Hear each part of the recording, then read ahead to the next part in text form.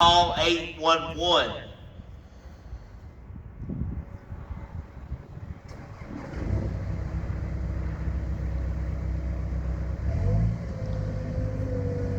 The crew seems to have no care for safety. They have shown up with no hard hat on, and David has now walked off, talking and texting on his cell phone about last night's baseball game. Dusty seems to be getting impatient.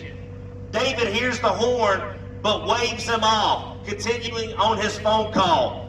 Dusty looks like he's getting himself lined up and set up to dig. Dusty's decided to go ahead with the job and has begun to dig, knowing that David is distracted by his phone call. What the operator is unaware of is that the area was recently graded to remove a hill in the field.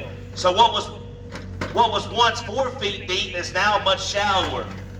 As he continues to dig,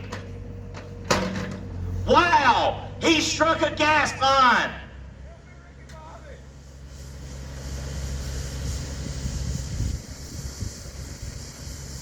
Dusty, upon striking the line, immediately left the machine. He went upwind of the gas.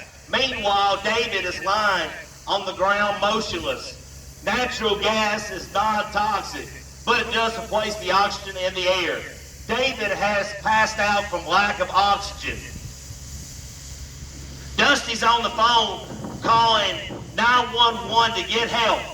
He explains everything to the 911 dispatcher, who then notifies the fire department, EMA, EMS, police department, as well as the gas department. We hear Springfield Fire has checked en route.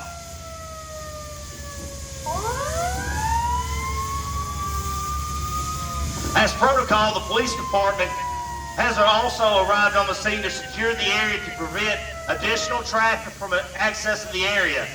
This not only allows a safe working room for the emergency personnel, but it allows room for the gas department to enter.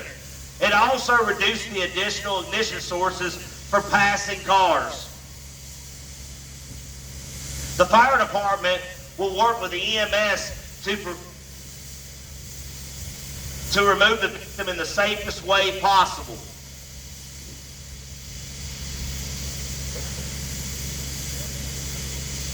I got to give a pause there before I start with the fire department. I'm going to start over on that part. And we'll set up. Pause.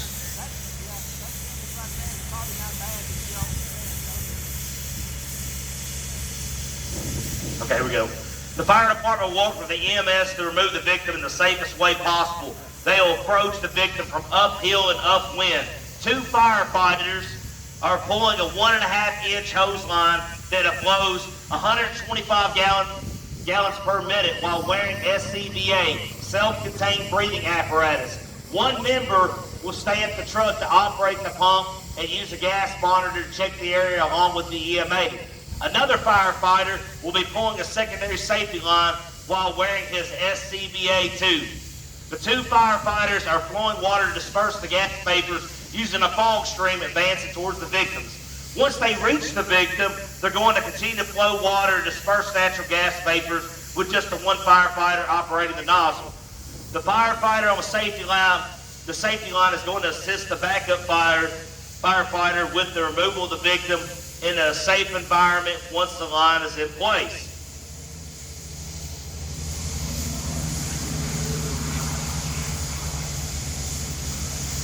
I really didn't need a pause right there because I got behind.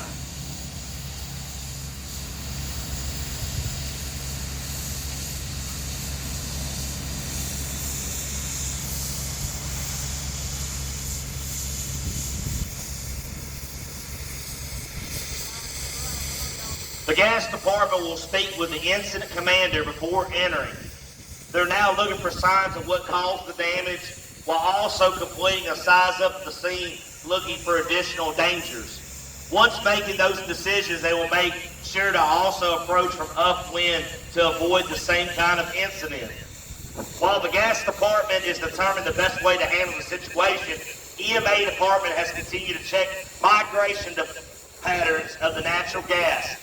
Natural gas is much like water. It will take the path of least resistance, which allows it to migrate into storm drains, follows towards water lines and services, as well as enter the sewer system. The gas department and fire department utilize the manpower of each other to help check for migration during these types of events to cover a broader area. The gas department has determined the best course of action to approach and shut down the valves feeding the line.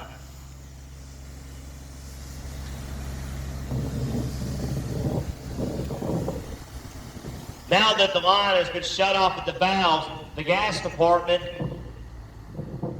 is going to check with the fire department and EMA for migration.